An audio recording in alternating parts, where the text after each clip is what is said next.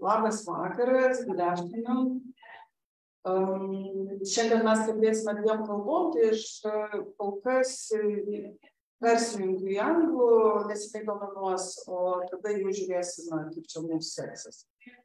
I'm more than happy to welcome Diana Vincita at our seminar series, not just because she is a brilliant scholar, but because she is a dear friend of mine, so it's a wonderful opportunity to meet online and to talk.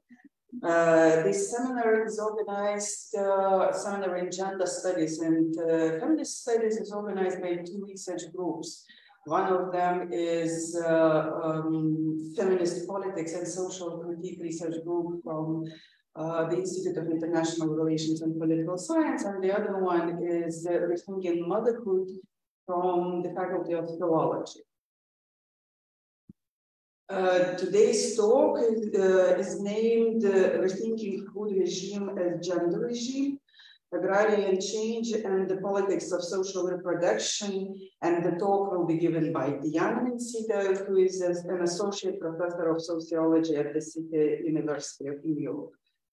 Diana's research focuses on citizenship, subsistence, and self-reliance, food and environmental politics, gender and agriculture, sociology of science and technology, and socialism in Eastern Europe. She held fellowship at several research centers in different parts of the world.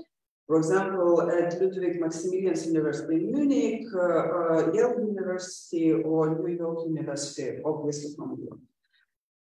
Diana is a co-editor of several important volumes and special issues, and I will name just 3 books. The first one is edited together with Ulrike Platt. The book is titled Food Culture and Politics in the Baltic States. It is published in 2017 by Routledge. And this book was a winner, and the author obviously was the winner of Willis Whittle's Best Publication Award from the Association for the Advancement of Baltic Studies.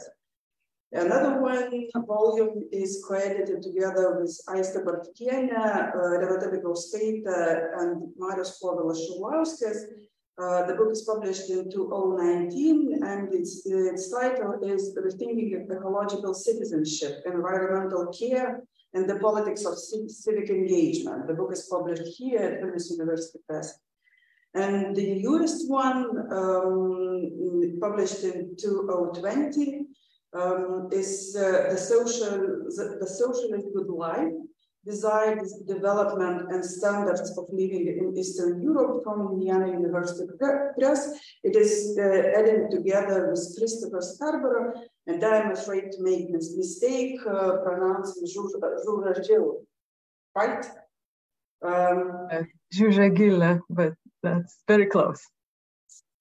Diana holds an important position at the Association for the Advancement of Baltic Studies. She is the Vice President for Publications. So everyone who is interested in some advices in this field, please contact Diana. And just before we leave the floor for Diana, 2 technicalities. We are on 2 channels, and as I mentioned, we'll be operating in 2 languages. So we are here in Zoom for those who is registered, and we are on the Facebook channel of the Institute of International Relations and Political Science. And again, as I mentioned, the talk will be given in English. And then discussion and questions can be asked and answered in Lithuanian if it feels more comfortable for you. So now I stop, and the floor is yours, please. Thank you so much, Natalia. And I will make a couple of Lithuanian remarks just because it's a new experience for me to speak in English for the Eastern European, but also Lithuanian audience. Dėkoju, kad prisijungėte. Aš tikiuosi, kad tai bus paskaita, kuri įkvėps naujų idėjų tyrimams šitoje srityje. Šis projektas yra didesnis ir jis yra, turi dvi dalis. Viena dalis yra iš tikrųjų apie Lietuvos atvejį, bet šiandien aš kalbėsiu tik tai teorinę prasme ir dėl tos priežasties kalbėsiu angliškai, nes esu pakankamai nutolusi nuo lietuviško konteksto, kad galėčiau gerai išversti terminus, ką Natalija gali paliudyti, nes išvertimas paties pavadinimo netgi ir sutrumpinimo buvo užtruko gana ilgą laiką. Taigi, dėkoju ir lauksiu jūsų nuomonės ir išvalgų, ir jeigu kartais nepavyktų paklausti, rašykite man e-mailo adresą, paskui gale pridėsiu. So let me share the screen with the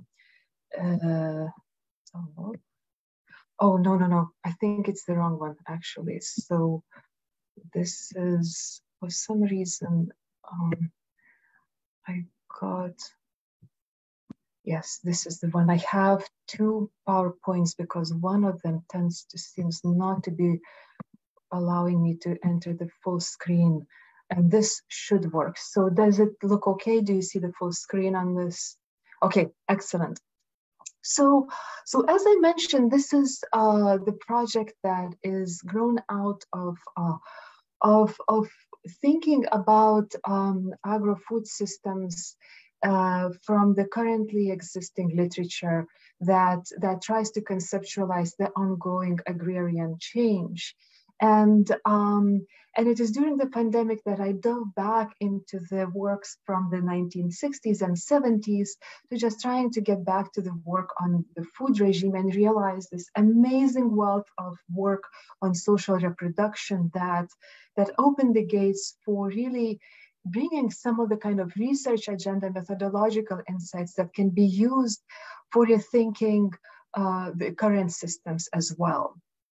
Let me begin with a general outlook of what we are experiencing in terms of this kind of change in agriculture, especially with the ascendancy of the sustainable agro-food systems and alternative food systems. AFN stands in this slide for alternative food networks that include farmers markets, community-supported agriculture, various urban farming, etc., that are aimed at achieving kind of environmental goals along with production of food. So what has happened is that there is an increasing number of women who are becoming really the face of this alternative food space.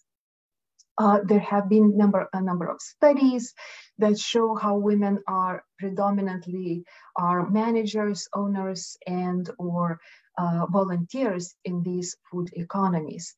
Perhaps the most important book that has really resonated across the field was Carolyn Sachs' The Rise of Women Farmers and Sustainable Agriculture, published in 2016, that summarized these trends and started to develop a theoretical framework looking at gender as this important component of understanding sustainability. And but the focus is on women. Just to give a sense of how, for example, in farmers markets in the United States, these trends look. If you look at incomes, for example, between in this graph that may not be coming across very easily, but if you look at the income levels of on the farms from less than 1,000 to 20,000, women are the majority of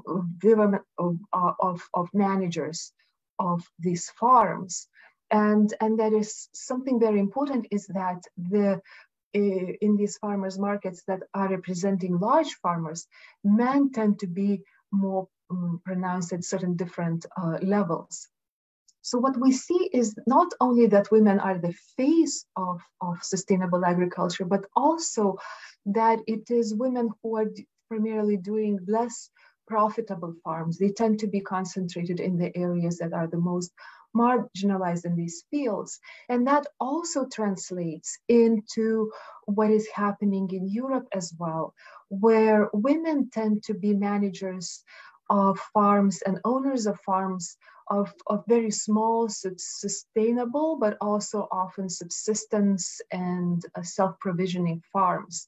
So if you look at the proportion of farm managers who are women in 2016 reported census, we see that Latvia and Lithuania are the top. And actually they are a top 3 countries in the world in terms of the proportion of women who are owners and managers of farms. So it's a very interesting aspect as a separate topic. But it's also correlating with the prevalence of this kind of smaller scale production, sustainable production. But if you look down, we have Germany, Denmark, Malta is an exception, and Netherlands. These are the most intensive agriculture producing countries. And that is, again, correlates with gender distribution of ownership and management of farms, which gives a very interesting also topic. Ask me about this, about how, in fact, there are all kinds of educational programs that the Netherlands is funding in Eastern Europe to promote women's farming, even as they're ranking the lowest in the European Union.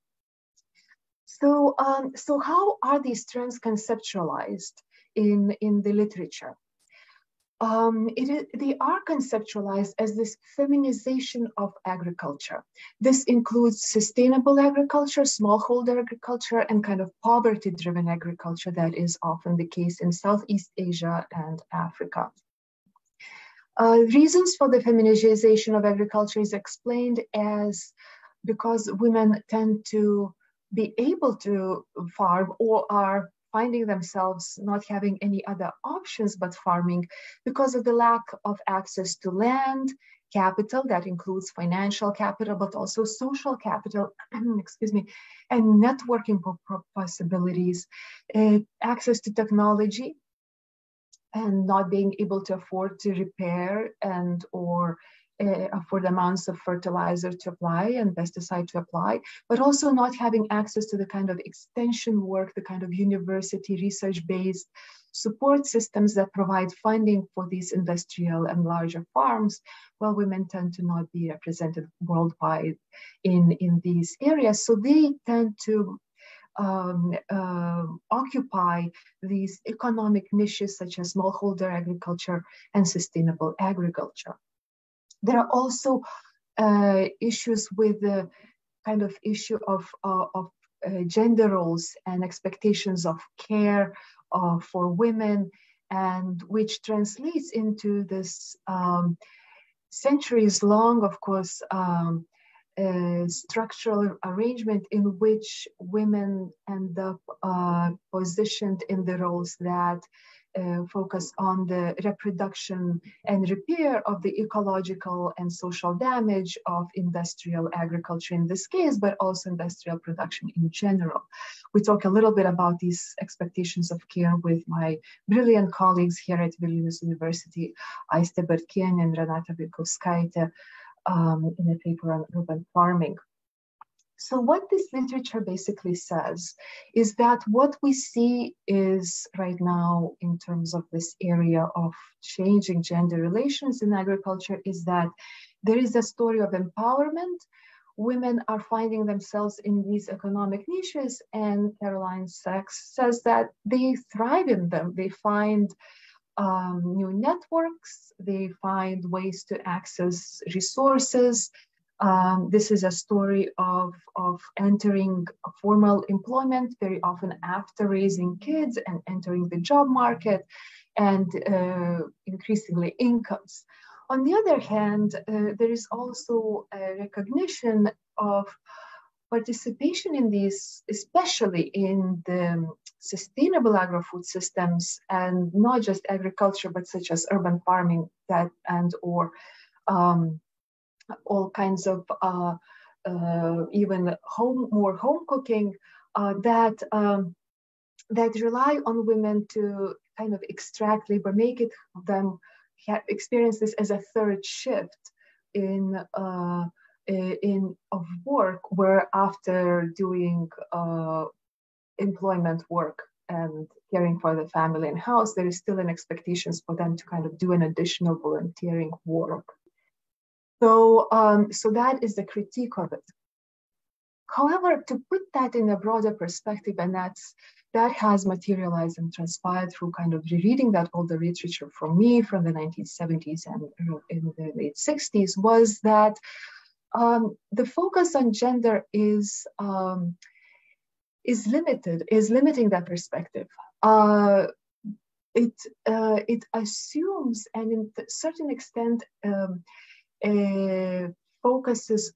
excludes other subject positions. So it's not only women, but also LGBTQ+, racial and ethnic minorities, elderly people as well, tend to also be stuck in the kind of economic niches and smallholder agriculture, volunteering, and or sustainable agriculture. So it's not just women who are in this position, even as this literature focuses on them. The second critique, and I think this is probably the most profound critique, is by Silvia Federici, who is very critical of looking at women per se, because the focus on what she calls women's history as separate from history sets them apart and marginal and unimportant, their role as structurally excluded from all other processes that are shaping and driving the historical change. Therefore, it is again just that focus on women it needs to be broadened in some ways. Again, thanks to Aiste and Renata, I've been reading more about the ethics of care, and there is this moral dimension of agricultural labor and commitments that again needs to be decoupled from women and understood in a non-immediately gendered ways, but more relationally, as that incorporates all other subject positions and LGBTQ, racial, ethnic minorities, age and gender-based that are combined together. So what we are looking here is that this feminization perspective also finally really is unable to understand and get deeper into a complicated space in which these sustainable smallholder agriculture operates, which combines non-wage labor, non-commodified labor with commodity production. There is a lot of affect-based responsibility and care-based approaches. And there is a lot of self-exploitation, prevalence of gender and age systems of domination. It's a very messy space in which domestic world is combined with commodity production. And the feminization of agriculture perspective tends to focus mostly on the formal sector and looking at the ownership of land and how much women are selling in markets and the wage labor as well.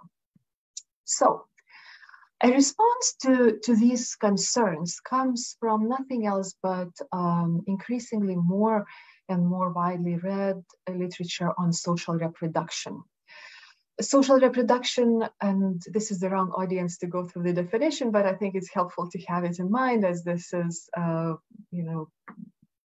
go through this again before jumping further, is that it's composed of three overlapping forms of productive activities, value generating activities that are, again, usually not visible. So first of all, there is biological reproduction of human bodies through feeding, healthcare, cleaning, maintenance, giving birth, providing all sorts of material, quotidian-based abilities and practices that enable the survival of the body. The second point is the labor force reproduction, be it capitalism or socialism or feudalism. It's the labor of this domestic sphere that enables and unleashes these productive forces that make the modes of production operate. Without learning skills how to work in manufacturing now or 300 years ago, or skills that would enable the kind of reproduction of the entire economy on the regional, national, city level or village level, that would not be possible. So it really, that labor market, that labor force depends on the skills and behaviors that are learned how to operate and function in labor markets. And capitalism, it's about learning how to deal with employers, how to act politely, how to learn about hierarchies and things like that, in addition to practical skills that we are learning there as well.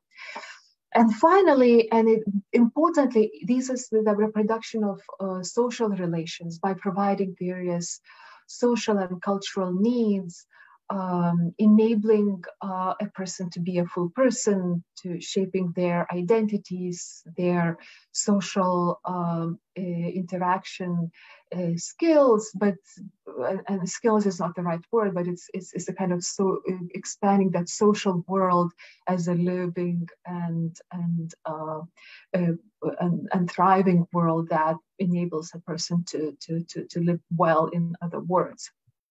So this is the slide that I'm looking at my watch, so hopefully I will not dwell too long on this, but I think this is so important because in my reading, this is perhaps the most brilliant critique, and important, not just brilliant, but important critique of Marxism that Silvia Federici does not say it, but it flows that.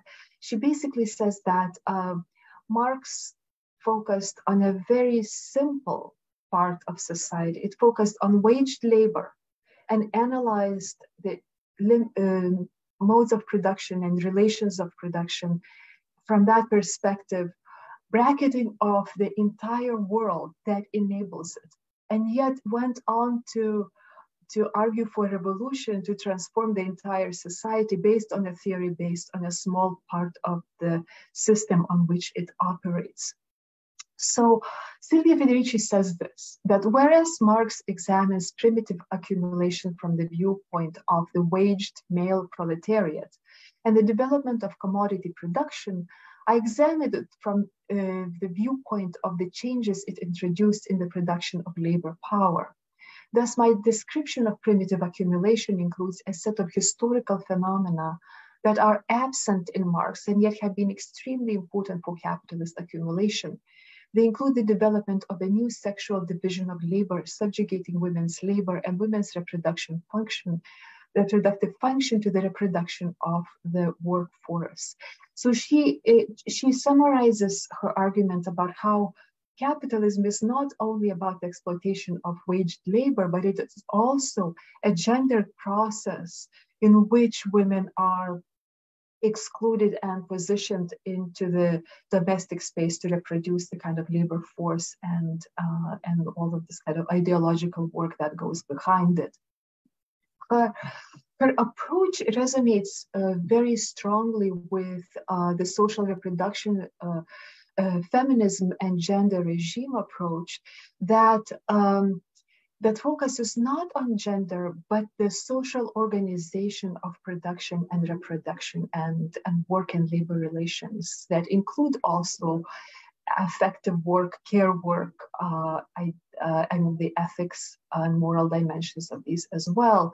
It is also different from intersectionality feminism that from the work of Susan Ferguson, for example, they also argued that intersectionality tends to focus on identity and overlapping forms of domination and subjugation based on identity, but it says very little about the underlying structural and social organization of these relations.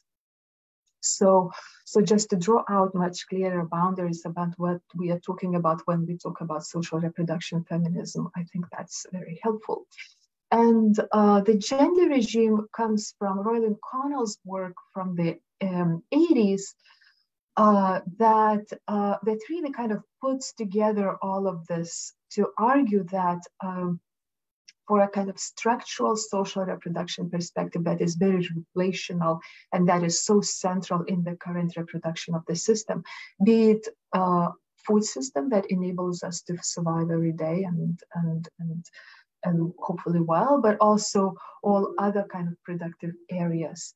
She says that gender relations are not an ideological addendum to a class-structured mode of production.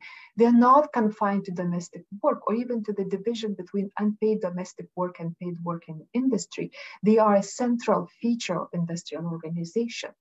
So she places gender relations as the DNA at the very center of how the economic systems in capitalism are organized, but also by extension in other alternative modern or non-modern modes of production, such as socialism as well. So gender relations are key. They are not just some side aspect.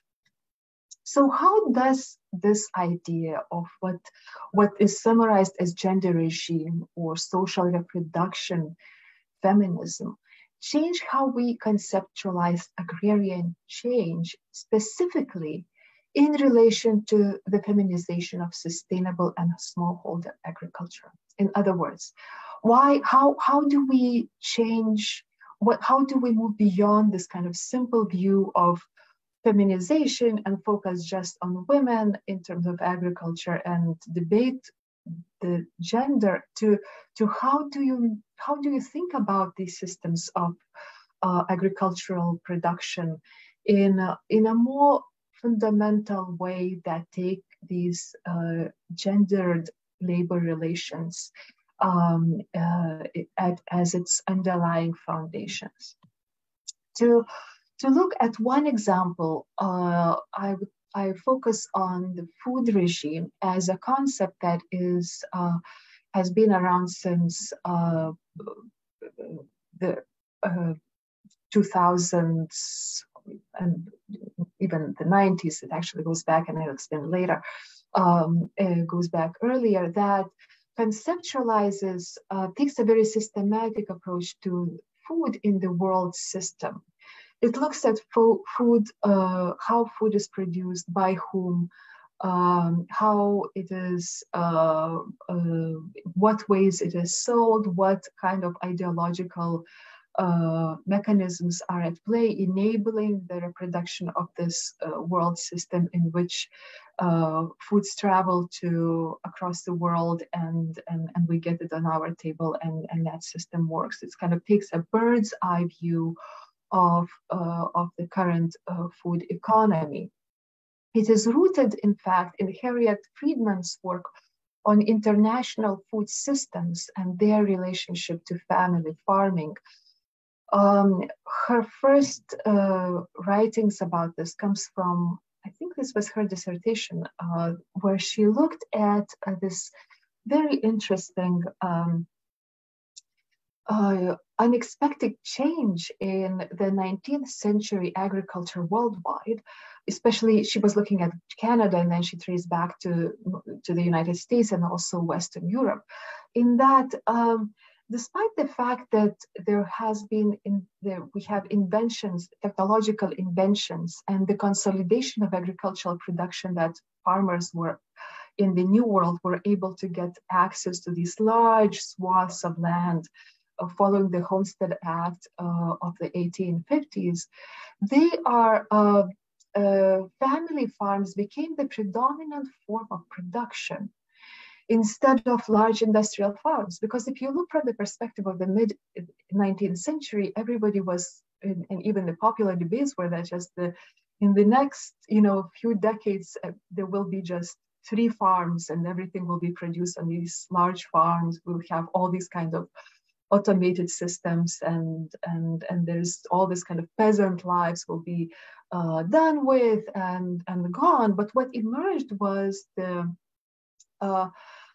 family farming in Canada, in the United States, and Western Europe, and she argues that these family farms had several advantages. One of them was that actually the technology itself became cheaper, and there is an argument to be made in which some of the new tractors that were built at the time and other machinery became accessible to small farms and smaller farms, family farms. But her focus is less on that, but more on the kind of ways in which labor was organized more efficiently from the one perspective or more exploitatively from the other, is that family farms operate as both based on a marriage as a social unit, but also as a unit of production, as a labor unit. And of course, it is organized around age and gender and who does what kind of work. And but it is a system, of course, empowered by patriarchy very strongly. It's a system that turns out to be much more resilient in the market precisely because there are these added pressures for self-exploitation and also underconsumption in times of hardship. Underconsumption means people just tighten their belts and don't eat as much and don't buy anything. They conserve their resources in times when they need to, while industrialists, if they reach the level on which they are not able to practice, they tend to have to go bankrupt or let the land fallow and things like that. So the interesting part for family farms is the goal is not profit making, which is the capitalist farms and larger corporations entities, is that the ultimate goal is the reproduction of that family unit. And that finding really confounded the literature in the 80s in the United States and English-speaking literature on agrarian change, because that time was that question of agrarian question, it's called, of why small-scale agriculture continues to persist. So what Harriet Friedman says is that it's not that capitalism has not been able to involve these family farms into its kind of system, or they call it subsumption, is that these farms operate in this kind of quasi-space in which labor is not fully commodified. And in what Marx's argument is, capitalism is about the separation of labor and capital. That means that you sell your work in the market and you get money, but capital operates in a different sphere. That means that property, you don't own the property where you work on. But family farms combine it.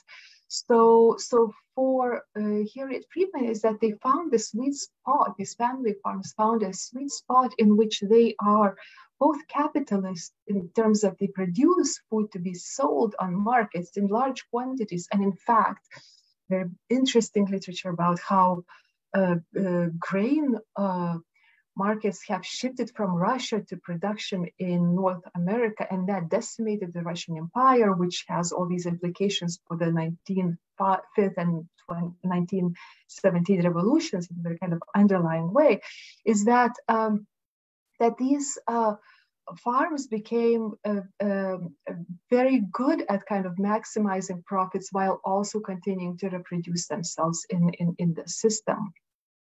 Of course, there have been a number of critiques, and Goodman and Radcliffe had a very powerful critique of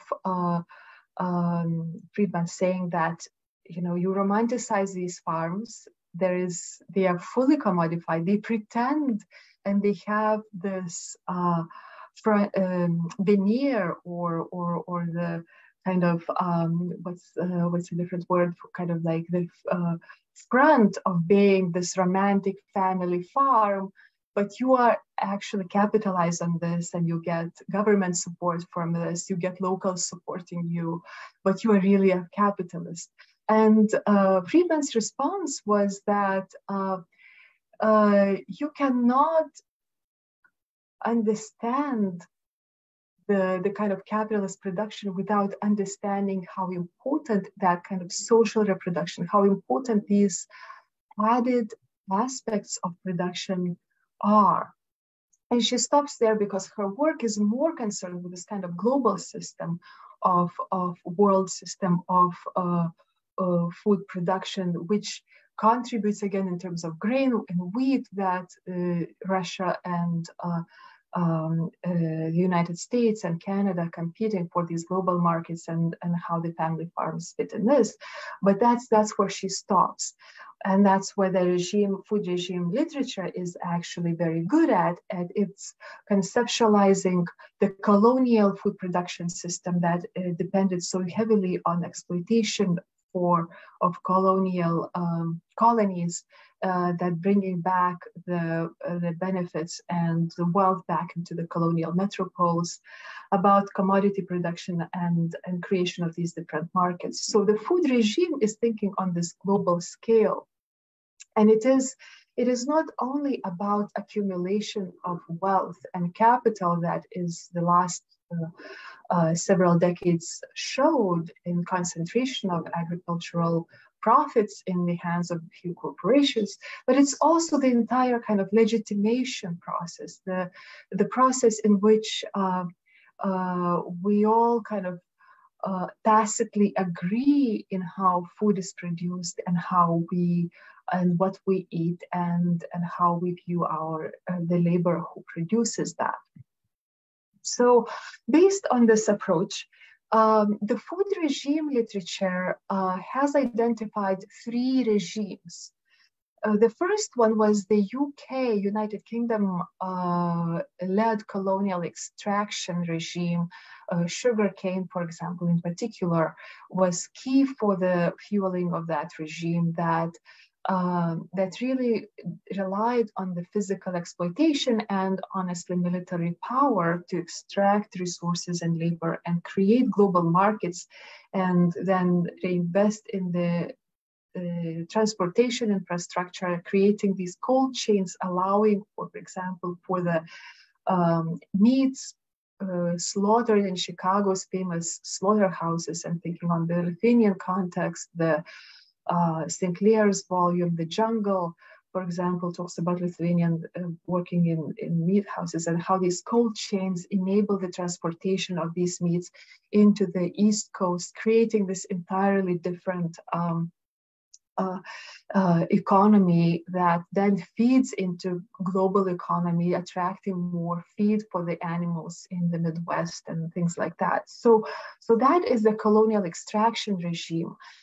The second regime that they identify is the dumping agricultural surplus regime from 1945 onwards until the oil crisis in the early 70s, where the excessively productive Western markets, producers of various agricultural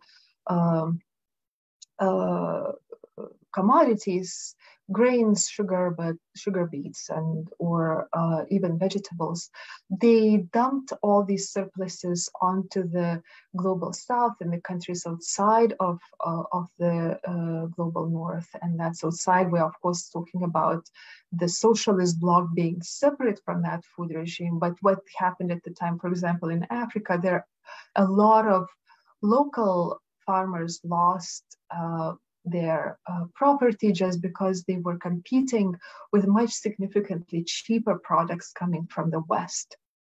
That was this kind of dumping aspect.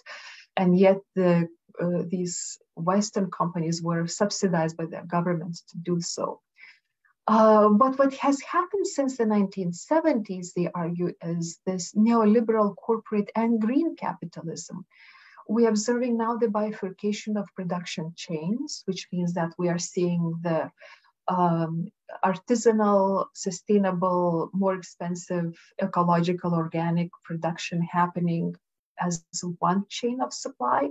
And then you have the commodity production that is the cheapest, the most chemically processed type of food that is then produced in farms that are very large scale, that are very exploitative, and that's the kind of system that's no longer one that we have this bifurcation. There is an enormous push towards trade liberalization, although we are now starting to see the protectionism that has started to happen from the pandemic on, of countries closing their borders and focusing on their own securing their resources. But until then, there was this push towards globalization. There is also that trend of de-agrarianization, which is increasing consolidation of production, rural outmigration, the collapse of the rural populations worldwide, really significant rural poverty. This last trend is also significant. It's called financialization, that is using increasingly larger capabilities of artificial intelligence for finding and or extracting resources from agriculture, and that means of financialization, of pouring capital in areas that they see will provide the highest benefits at the detriment of undermining what is happening there. We also see this technological intensification. Robotic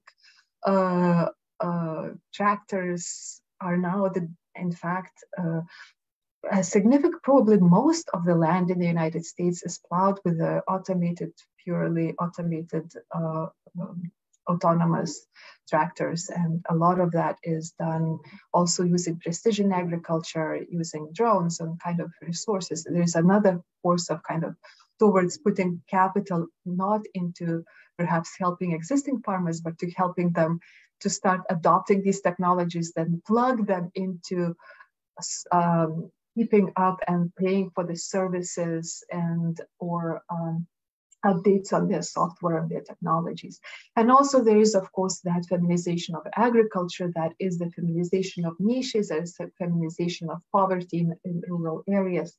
That is another big topic in this food regime periodization. And hence, this approach does not really consider gender as this kind of central and DNA being of the food regime, but just kind of an outcome that we have gendered regime because that's how the most marginalized groups, women, tend to be pushed away from the formal economy. So how do we change that? How do we change how we think about the food regime through social reproduction, from genders to social reproduction? First of all, it is helpful to think about it as gender and age-based relations. I'm actually recapturing what I said before. The kinship as a unit of analysis, and I will talk briefly about this later as well. That all of that understanding of how food regimes work, be it the colonialist in the end of the 19th century or now, we need to find ways to account for these gender and age-based labor relations. We need to account also for the continuance and interdependency of capitalist and non-capitalist commodity production. And perhaps the most important concept in this context here is this, that the focus should be, again, on relations in production, and that's where this kind of social reproduction comes there. So I would like to propose as an analytical approach how to think about these global food regimes is to focus on three aspects, both conceptually as a theoretical framework, but also methodologically, allowing us to access these different sides of the food regime. The first one is looking at kinship as a unit of analysis. Second, understanding the significance of ideology on the household level. And finally, considering seriously the temporalities of social and biological reproduction of households. I will talk about this very briefly and then we'll jump into questions. So, kinship, giminystė in Lithuanian. In the English-speaking world, kinship means a very blood-focused relationship. So they have what's called imaginary kinship to talk about non-blood based. Our understanding of giminės has a slightly more expansive way of thinking about kinship, includes family and further away giminės, but also kind of like sometimes very close neighbors and friends are also kind of considered more inclusive in that. So I argue for this expansive view of kinship to think about how continuing current agro-food systems are organized. If you look at contemporary food economies globally, in the EU and the US, most of that work is done by migrant workers. And migrant workers do not travel alone into certain farm and start working there.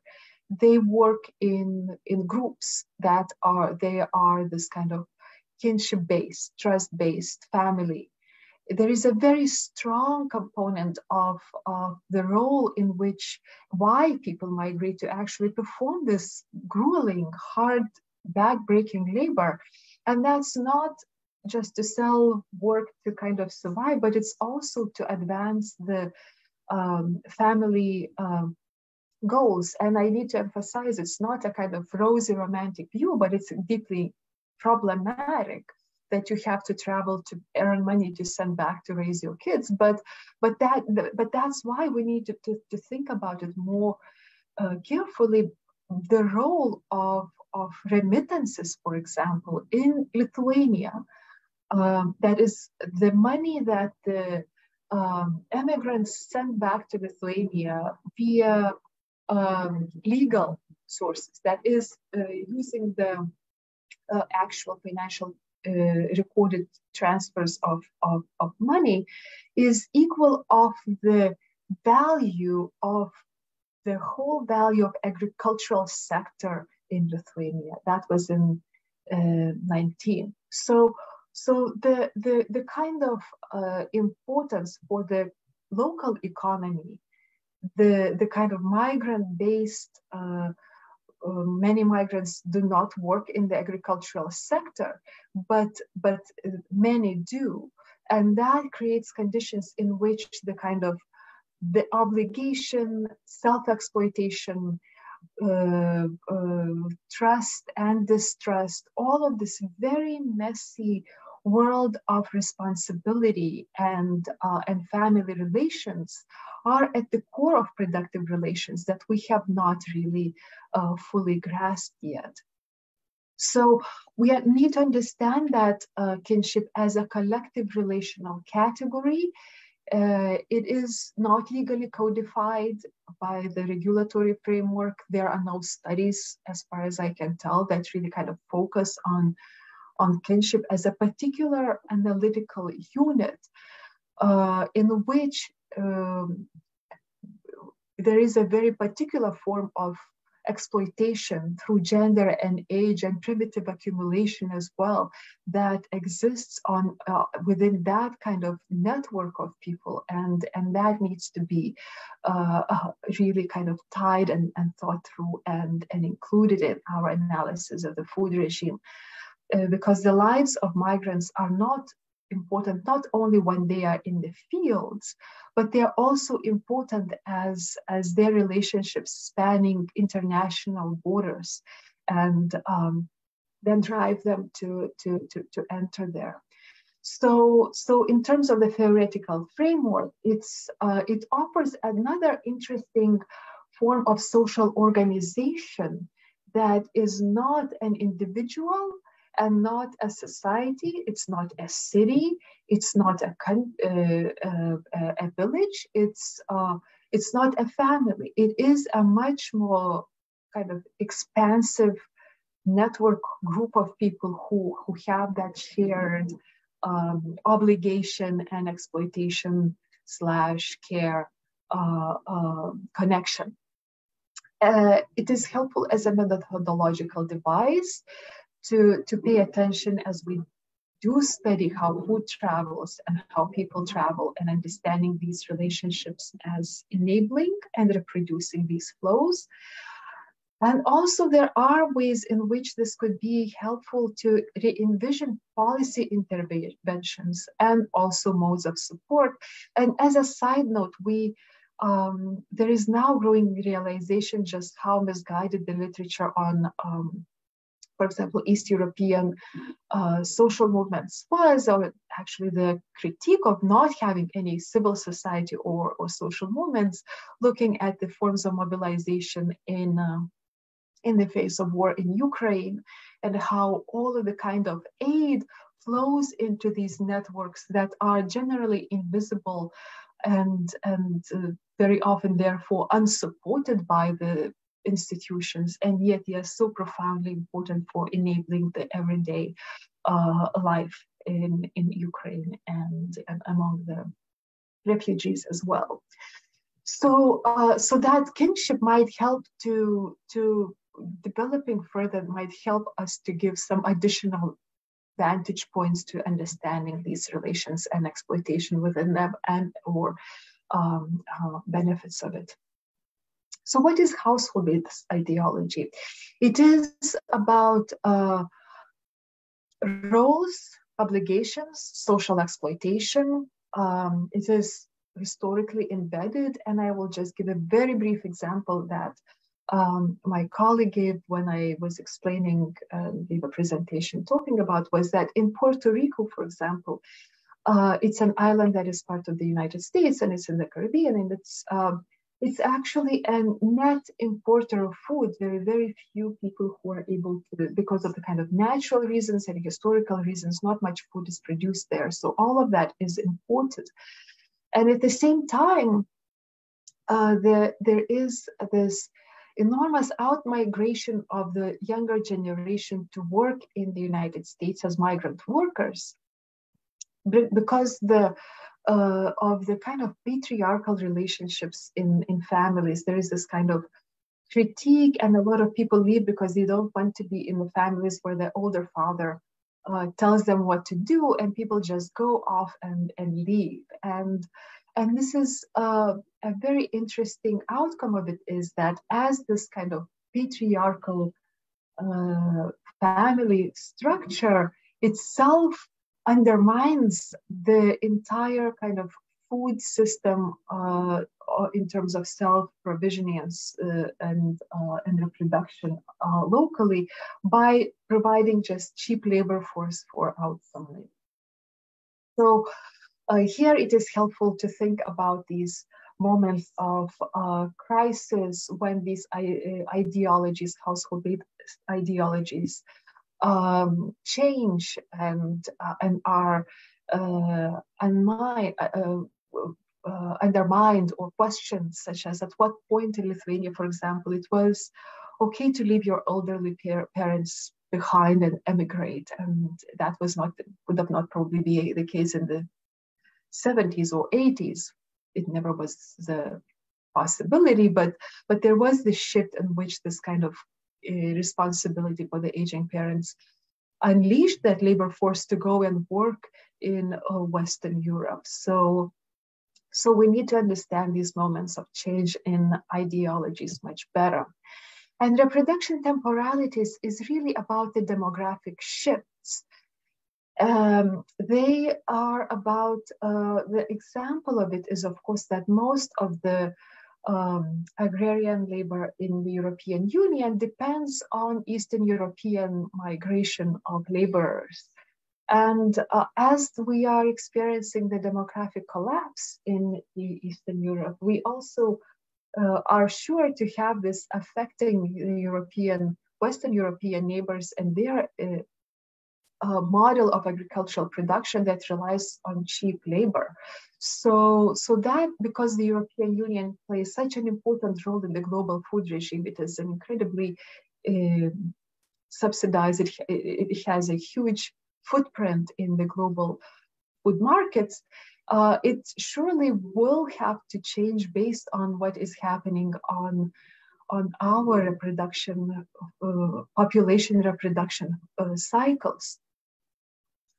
But it also tells us something more, that fertility and reproduction is part of the capitalist system, but it is not fully determined by it. And the war in Ukraine also tells us that story, is that we cannot reduce the current food regime only to neoliberalization, for financialization or consolidation of agricultural production, but we need to also understand that there are these other forces, and in this case, the outright breaking of the war that was in no one's interest, economic interest, capitalist interest, and yet it started, and that surely is affecting the global food regime profoundly, but more even importantly is that it is affecting the food production and agricultural politics in the entire region, and Ukraine's war is impacting what is happening in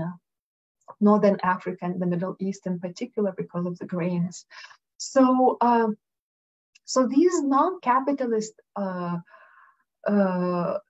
foundations that shape demography and local history and events are also very important as well. So I will stop here, and I just show this picture because I just love it. It's got an old lady, and I see such familiar things, and it's a reproduction of life, and non-human and human, and I think there is a lot to be said about the kinds of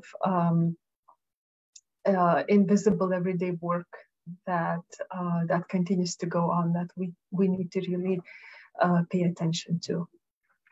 So I guess I will stop share and then see what questions come up, and look forward to hearing your thoughts. Thank you so much. It is really very interesting, and I think that there are many directions in which we could go now. So those who are with us here can participate in our talk either in writing or in voice, by face, for example. And for those who would like to write a comment or ask a question on our channel on Facebook, so please do it, and then we will read it here. We'll pass to I guess that here we are people who are talking in Lithuania. And I guess that our participants on Facebook are as well fluent in this language. So I will switch to dalykas, kurį aš norėjau paklausti, susijęs su temporalumais pačia pabaiga. Ir apie santykis su teoriniu modeliu ir konkrečiomis istorinėmis situacijomis. Šiek tiek minėjai, bet galbūt norėtųsi truputį daugiau apie tai, kaip į maisto režimų susietų su lyties režimais, kaip į šitą sistemą įsirašo sovietinis, brūkšnys socialistinis laikotarpis ir įsteigimas jo. Ar jis, pavyzdžiui, kažkaip neproblemiškai įsirašo į režimų tipologiją, ar apskritai reikia ieškoti kažkokių kitokių vadinimų, nišų ir galbūt tai galima parodyti būtent per tai, kaip lyties kategorijas. Labai geras klausimas. Iš tikrųjų, tai visa literatūra, ar man angliškai atsakyti geriau ar lietuviškai kaip? Mėginsiu lietuviškai ir kažkada peršoksiu, aš garantuoju, nes tai man neišeis. visoje maisto režimo literatūroje kalbama tik tai apie kapitalizmą. Ir tai yra vienas iš jo trūkumų, kadangi tai žiūri tik tai būtent iš tos vakarų europietiškos ir Šiaurės Amerikos pozicijos, kur visa istorija yra susijusi tik tai su kapitalizmo teleologišku vystymasi nuo ankstyvų kapitalizmo laikų iki dabar. Socializmas iš tikrųjų, Tarybų sąjunga iš tikrųjų dalyvavo ypač kviečių prekyboje ir labai smarkiai, ir kuo toliau, tuo daugiau, pradedant netgi nuo 70-ų ir netgi 30 metais buvo parduodami kviečiai iš Ukrainos, kas prisidėjo prie to bado. Tai yra tas klausimas, tai yra neišspręstas klausimas šitoje literatūroje, kaip būtent tas alternatyvus modelis iš tiesų prisidėjo iš vienos pusės kaip atsvara ir kitoks ekonominis modelis ir iš dar kitos pusės kaip įgalinantis tą globalų kapitalizmo tolesnį vystymąsi. Tas toks paradoksalijų padėtis toje sistemoje yra visiškai neišvystyta ir būtų tai yra atskiras straipsnis apie tai tiesiog pergalvoti. Bet iš pozicijos apie tai, kaip kalbėti apie lytiškumą ir kaip kalbėti apie tą socialinio darbo kaip reprodukcijos dalyką, tai reikalautų žiūrėti ir į tai, kaip tas socialinė reprodukcija pati prisidėjo ir įgalino tą sovietinio laikotarpio žemės ūkio sistemą visą ir jos industrializaciją. Ir Pabaltijos šalyse ir Lietuvoje ypač yra tie būdavo, kaip vadinama,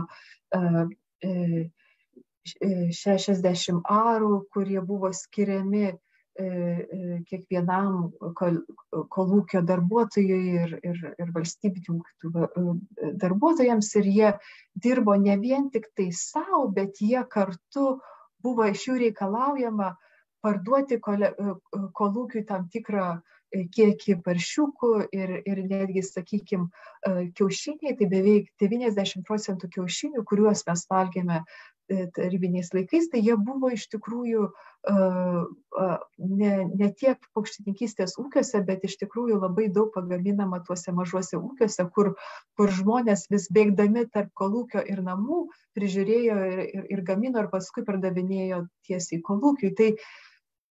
Tai kad suprastume iš tikrųjų tą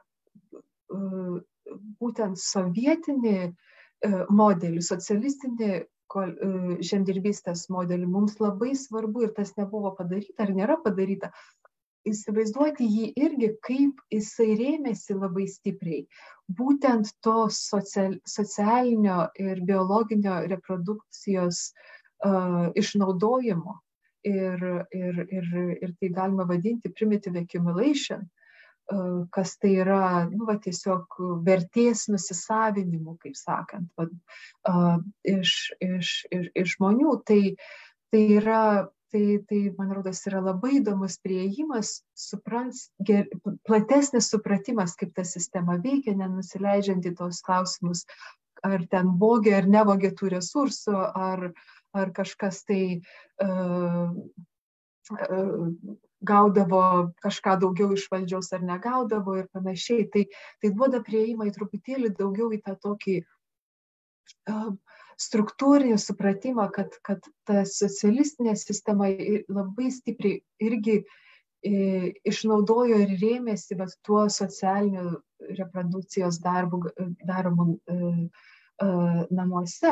Ir tas pasikeitimas po 90-ųjų metų, galima sakyti, ne vien tik tai, kad moteris, bet ir vyrai, tai yra tie darbai, kurie buvo to socialinės reprodukcijos darbas, iš tikrųjų vyko labai smarkiai ir vienoje iš šitos straipsnio versijų aš žiūriu, sakykime, pats tas atvejis, kur kalbama, kai mes kalbam apie kaimas prasigėrė ir kad vyrai gėrė ir kad jie iš tikrųjų darė darbus už butelį degtinės, tai irgi įrodymas, kad jie nedalyvavo tokioje kapitalistinėje sistemoje, bet jie dalyvavo tų savo draugų, pažįstamų, kaip sakyti, ūkio produkcijos gamyboje, neparduodami savo darbą, bet visai kitokiu pagrindu. Tai jie irgi darė kažkokį tą tokį socialinės reprodukcijos darbą, kurio mes neįmanom, kas nebuvo įvertinta dabartinėje literatūroje. Tai čia bent jau yra tokios galimos išėjimo, ta prasme, galima tokias kryptis vystyti, kur tas socialinės reprodukcijos darbas leidžia skleisti visiškai kitokį vaizdą, kaip tos maisto ir žemės ūkio sistemos veikia įvairiose sistemose, ne vien tik tai kapitalizme. Tai labai dėkui šitą klausimą, man tai yra be galo įdomu, kaip žiūrėti iš tos pat kitos pusės, palyginamosios ypatingai. Dėkui. Klausiu iš karto iš tų, ką matau, Ieva, Dovilė, norėtume įsitraukti. Ir galvojam, kad aš turiu tokį klausimą, kurį manęs paprašė užduoti kolegė, kuri negalėjo prisijungti prie paskaitos, bet labai norėjo, kad turi kitą paskaitą, visiškai neatšaukiamą. Ieva Gedrikytė. Ir jinai sakė, kad jinai iš anksto norėtų klausti, apie tai, kokiu būdu įlytinti maisto režimai gali būti susiję arba nesusiję su tai, ką galima pavadinti maisto saugumo, food security, ir kontekstas yra kaip tik Ukrainos karas. Tai jeigu, aš negaliu paaiškinti toliau, apie ką jinai galvoja, kad jeigu būtų kažkokie komentarų, tai būčiau labai dėkinga. Tiesą sakant, maisto režimas neturi atsakymo į tai, kaip nei kaip paaiškinti, kas vyksta, nei konceptualaus, tokio, kaip pasakyti, pagrindo, kaip žiūrėti į karą, ar ne vien tik tai Ukrainoje, bet apskritai į galbūt tuos momentus, kur maisto režimas išsišakoja visiškai kitokias formas ir krizės, ir nutrūkimus, ir interruptions, angliškai sakoma. Tai yra truputėlį per gera teorija, kuri turi tą tokį gana vienpusišką supratimą, kad tai yra dabar mes gyvename kapitalizmo sąlygomis ir tas maisto režimas yra kapitalistinis. Ir karas, kuris vyksta, tai vyksta dažniausiai paaiškinamas, kad tai yra colonial war, kad tai yra kolonijinis karas, ypač žiūrint, aišku, iš tai, kas vyksta Jungtinių valstijų pašoniai Latino Amerikoje, arba žiūrint tai, kas vyksta Afrikoje ir Somalis, pavyzdžiui, yra žiūrima, kad tai yra neišspręstų konfliktų pasekmė, bet kapitalas finansinis tai nepridaro per didelių pasikeitimų, tai iš esmės struktūriškai nieko neturi įtakos. Ir Ukrainos karas dabar turės keisti tą naratyvą, nes tai nėra neoliberalus karas, tai yra ne karas dėl tiesioginių resursų, kurie, kaip įsivaizduojama, kolonialistinis, nors mes jį taip suprantam, bet tai nėra karas, kuris būtų naudingas kažkokiam kapitalistui, ar ne? Tai yra valstybės karas, kaip kad karai buvo 20-am amžiui. Tai yra tos teorijos didelis trūkumas yra, kad jie būtent neturi atsakymo. Ir atsakymas čia iš tikrųjų yra, man rodos, kad žymiai gilesnis supratimas galbūt kelių aspektų to karo iš tos pozicijos, ką tai reiškia skalės prasme, kad tai, kas vyksta Ukrainoje, turi labai didelę įtaką, kas vyksta Šiaurės Afrikoje ir rytuose, artimuosiuose rytuose ir rytuose Azijoje.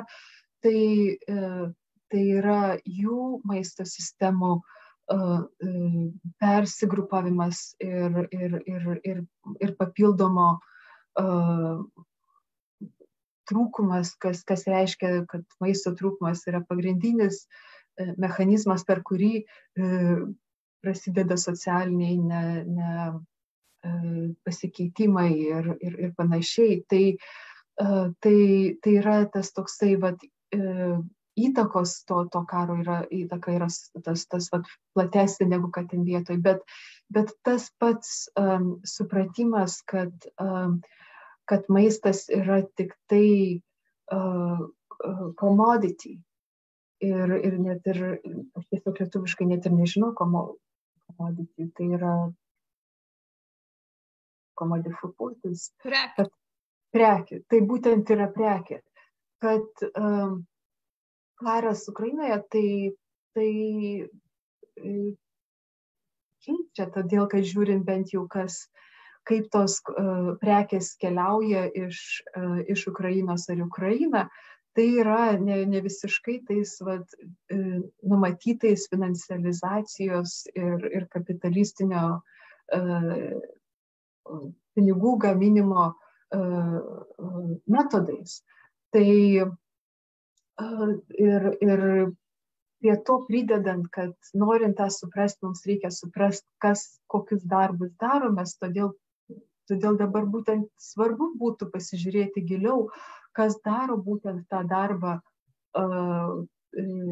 social reproduction, tos socialinės reprodukcijos darbą, kad žmonės turėtų tą maisto, kur ir kada, ir kaip tai priklauso nuo lyties, kaip tai priklauso nuo amžiaus, kaip tai yra įgalina to karo pasekmes taip pat.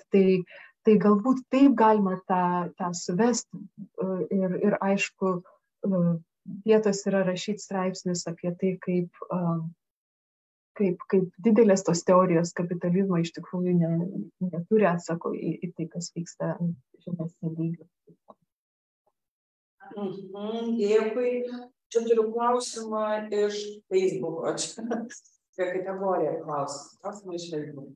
Ir klausimą duoda Eglė Kačkutė ir aš pasakysiu, čia klausimas labai lakoniškas, todėl manau, kad reikia įvado, kad Eglės Kačkutės pagrindinė tyrimo sritis yra motinystės studijos literatūroje ir jinai vadovauja kaip tik tai tyrimo grupės, kurią mes bendradarbiaudamas ir darome štai šitą seminarų seriją. Jos klausimas yra toks, klausimas apie komentarą. Labai ačiū už įdomią paskaitą, ar ir kaip jūsų siūloma teorinį modelį įrašomas maitinimas krūtine? Labai įdomu. Tai būtent tai yra vienas iš pagrindinio biologinio ir socialinės reprodukcijos aspektų, nes tai yra darbas ir tai yra pats akivaizdžiausias būdas, kaip be to yra labai sudėtinga ir techniškai sudėtinga išauginti darbuotojų sekančiai kartai ir kartu pratęsti visą šitą visuomenę.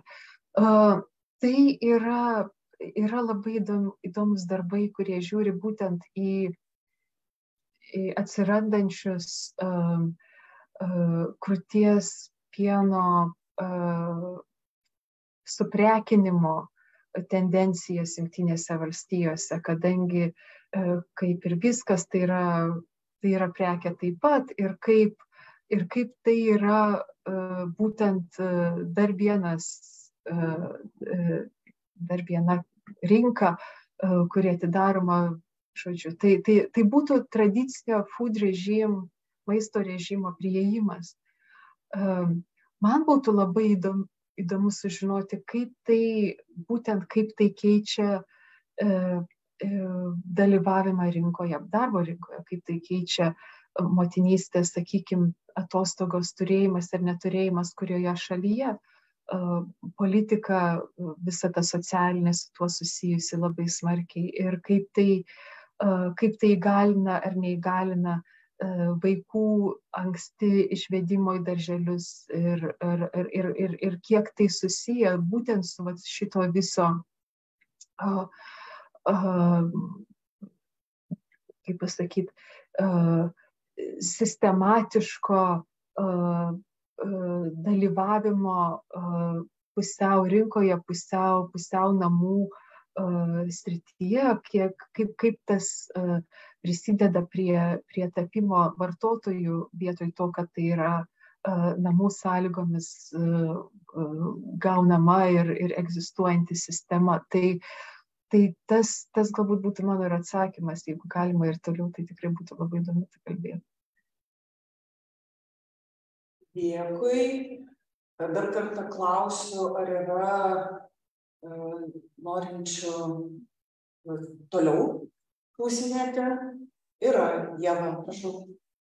Ačiū labai, Diana, už įdomią paskaitą. Tikrai daug naujų dalykų sužinau. Aš užsikabinau, jūs pradžioje minėjot, kad Lietuva yra viena iš tų šalių, kur labiausiai yra feminizuotas alternatyvios tos fermos, kaip suprantu, kaip žemės ūkis. Tai man įdomu būtų, ar jūs svarstėt, kodėl jūsų būtent frameworko kontekste, kaip galima būtų tai paaiškinti? Būtent kodėl Lietuva? Būtent nuo to viskas ir prasidėjo, nes klausimas, iš tikrųjų Lietuvoje buvo netgi didesni skaičiai, mes buvom praktiškai beveik netoli 50%, bet dabar nukritom truputėlį žemiau ir esame su Latvija vienodai. Europos Sąjunga ir pasaulyje mes esame antri ir tai reiškia, kad tai yra tam tikras, mano manimu, tai yra tam tikra istorinių, socialinių ir istoriškai pagristų jėgų sankryžoje tas išsivystė. Netgi žiūrint, sakykime, kaip žemės reforma vyko 90-aisiais, 91-ais, 92-ais ir toliau metais, labai dažnai moteris ėjo ir darė tą darbą, kuris yra social reproduction, tai yra darbas, kurį jos ėjo ir administracinius popierius pildė ir kaip kad gauti tą žemę. Bet tai jos darė todėl, kad jos buvo labai gerai išsilavinusios ir labai dažnai, sakykime, kaime moteris buvo buhalteris, jos turėjo darbus, kurie buvo vadinami balti darbai, tam, kad jos būtų arčiau namų ir galėtų daugiau prisižiūrėti būtent 60 hektarų ir prižiūrėti vaikus.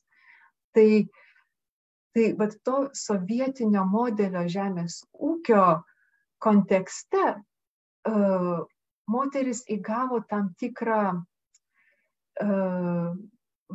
tikras galias ir tam tikrus įgūdžius, kaip dalyvauti tuose formaliuose biurokratinėse sistemose.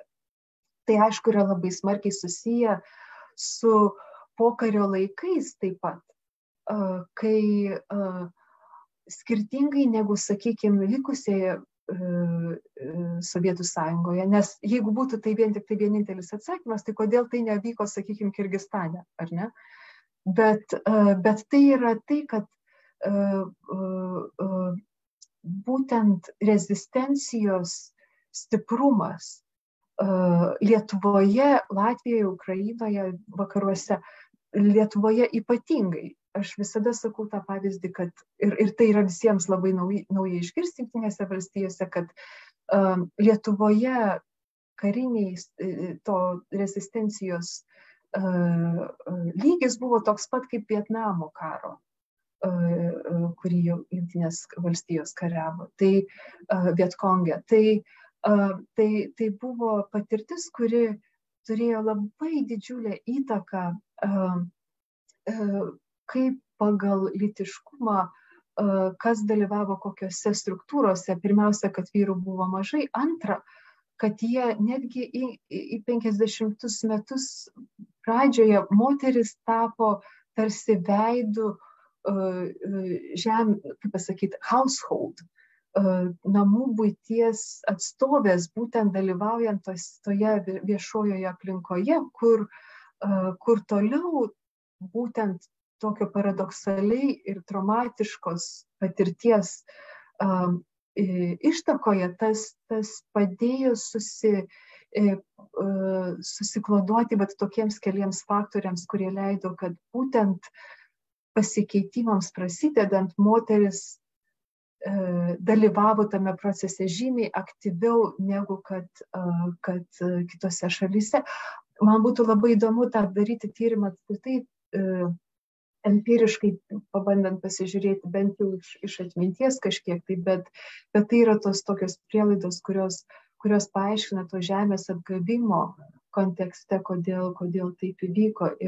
Ir galbūt Dovilė, sakykime, iš politinio mokslo, tai tas moterų dalyvavimas politinėse sistemose ir biurokratijoje yra labai įdomus klausimas, kuris išsiverčia į tą labai įdomią ir svarbę būtent situaciją, kur Baltijos moteris yra žymiai labiau atstovauja žemės ūkį. Bet svarbiausia prisiminti, kad jos yra mažų ūkių savininkės, jos nėra didelių ūkių savininkės. Ir tai reiškia, kad su laiku tas gali keistis, kadangi niekas ta prasme, labai retai iš jų vaikų, kas norės pasiimti tą žemę ir toliau dirbti. Nebent laikai keičiasi ir dabar kažkiek, tai tas viskas truputėlį yra neaišku būtent. Bet tokia situacija. Aš tikiuosi atsakiau į klausimą, bet labai geras klausimas. Dėkui. Aš jaučiu, kad mes jau išvardinom, kad jau čia laikas kaip ir sąžinės turėti. Ačiū Jums. Didžiulis ačiū, kad ir sutikai, ir turime tai, kad mūsų laiko skirtumas yra nemažas ir kad dabar rytas, kuris kitaip galėtų atrodyti. Didžiulis ačiū, kad sutikai dalyvauti šitose seminaruose ir labai tikiuosi, kad tai ne paskutinis kartas ir kad mes ir gyvai galėsime padaryti prie progos, kai lankysies Lietuvoje ir labai jau laukiu susitikimo. Ačiū didžiulis ir ačiū visiems, kas prisijungė. Kitą kartą sekite mūsų skelbimus, retus, bet įdomius ir mes būtinai pakviesime. Ačiū.